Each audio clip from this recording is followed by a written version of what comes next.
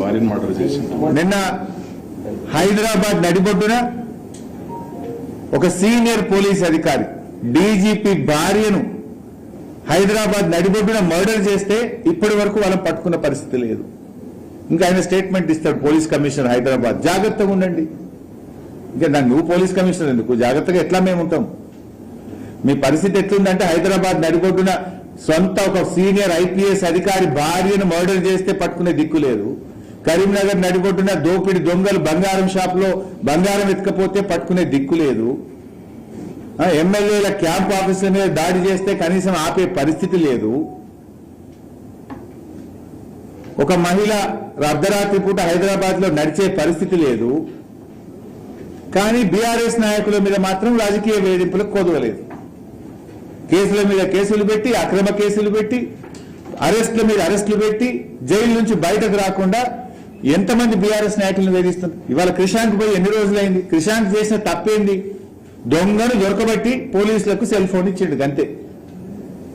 Fake social మీడియాలో fake వార్తలు పెట్టిన వ్యక్తిని దొరకబట్టి ఈ ఫోన్ నుంచే సోషల్ మీడియాలో ఫేక్ వార్తలు పెట్టిండు, అబద్దాలు ప్రచారం చేసిండని ఆ ఫోన్ అతని చేతుల నుంచి తీసుకొని పోలీస్ చేతికి ఇచ్చాడు.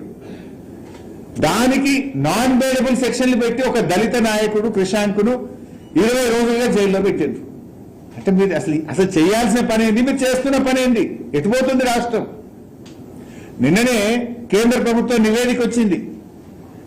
దేశంలో అత్యధిక ఎస్సీ ఎస్టీ కేసులు ఎక్కడైతున్నాయంటే తెలంగాణలో అవుతున్నాయి. అత్యధిక పిల్లలు మిస్సింగ్ ఎక్కడున్నారు అంటే తెలంగాణలో. అందులో ఆడపిల్లలు మిస్సింగ్ ఉన్నారు. వాళ్ళని పట్టుకోవడంలో బాగా వెనుకబడ్డ రాష్ట్రం ఏది అంటే తెలంగాణ రాష్ట్రం. అత్యధిక కేసులు దేంట్లో చూసినా. తెలంగాణ అభివృద్ధి దేంట్లో జరుగుతుంది? ఆత్మహత్యల్లో అభివృద్ధి చేస్తున్నారు మీరు. కేసుల నమోదులో అభివృద్ధి చూపిస్తున్నారు, అత్యాచారాల్లో అభివృద్ధి చూపిస్తున్నారు, చిన్నపిల్లల్ని ఎత్తుకెళ్లడంలో అభివృద్ధి చూపిస్తున్నారు, మహిళల రక్షణ ఫెయిల్ అవడంలో అభివృద్ధి చూపిస్తున్నారు.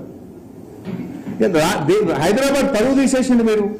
ఒకప్పుడు లా అండ్ ఆర్డర్ లో తెలంగాణ దేశానికి దిక్సూచి. ఇదే కేంద్ర ప్రభుత్వం అనేక సందర్భాల్లో తెలంగాణను మెచ్చుకున్నది. ఇలా పరిస్థితి ఏంటి?